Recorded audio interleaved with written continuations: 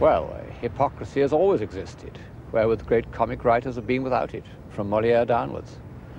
But in the 19th century, with its insecure middle class dependent on an inhuman economic system, there was mass hypocrisy on an unprecedented scale. For the last 40 years or so, the word hypocrisy has been a sort of label attached to the 19th century, just as frivolity was attached to the 18th century, and with about as much reason. The reaction against it continues. And although it is a good thing to have cleared the air, I think that the reaction has done harm by bringing into discredit all professions of virtue. The very words pious, respectable, worthy have become joke words, used only ironically.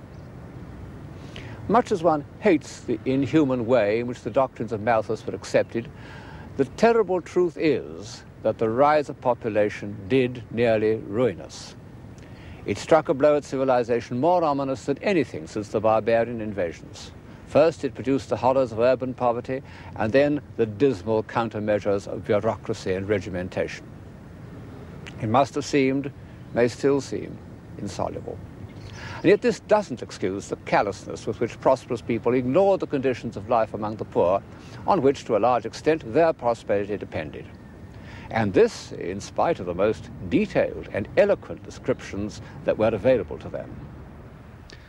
I need mention only two: Engels's Conditions of the Working Class, written in 1844, and the novels written by Dickens between 1838 and 1854, between Nicholas Nickleby and Hard Times. Engels's book is presented as documentation, but it is in fact the passionate cry of a young social worker, and as such it provided and has continued to provide the emotional dynamo of Marxism. Marx read Engels. I don't know who else did. That was enough. But everybody read Dickens. The pictures you are looking at are by the French artist Gustave Doré, whose illustrated books on London appeared in 1872. You see, things hadn't changed much since the 40s.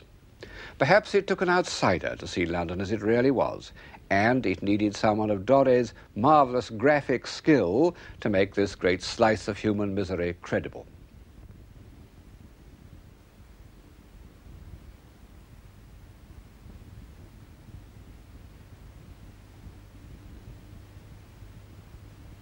I think that Dickens did more than anyone to diffuse an awakened conscience.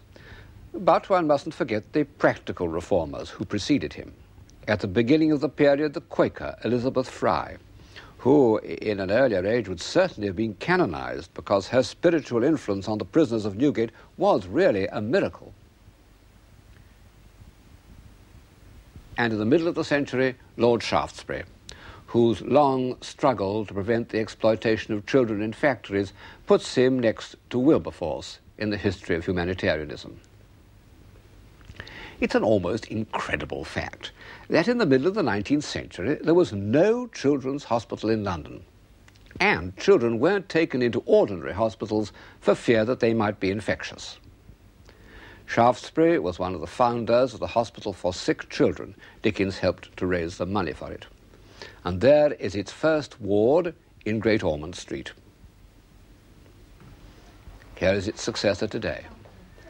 And as I look at it, I'm more than ever convinced that humanitarianism was the great achievement of the 19th century. We're so much accustomed to the humanitarian outlook that we forget how little it counted in earlier ages of civilization.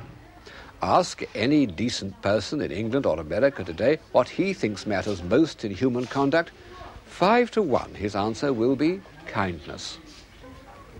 It's not a word that would have crossed the lips of any of the earlier heroes of this series. If you'd asked St. Francis what mattered in life, he would, we know, have answered chastity, obedience, and poverty.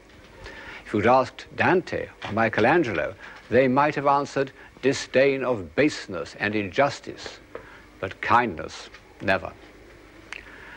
Nowadays, I think we underestimate the humanitarian achievement of the 19th century. We forget the horrors that were taken for granted in early Victorian England. The hundreds of lashes inflicted daily on perfectly harmless men in the Army and Navy, the women chained together in threes, rumbling through the streets in open carts on their way to transportation.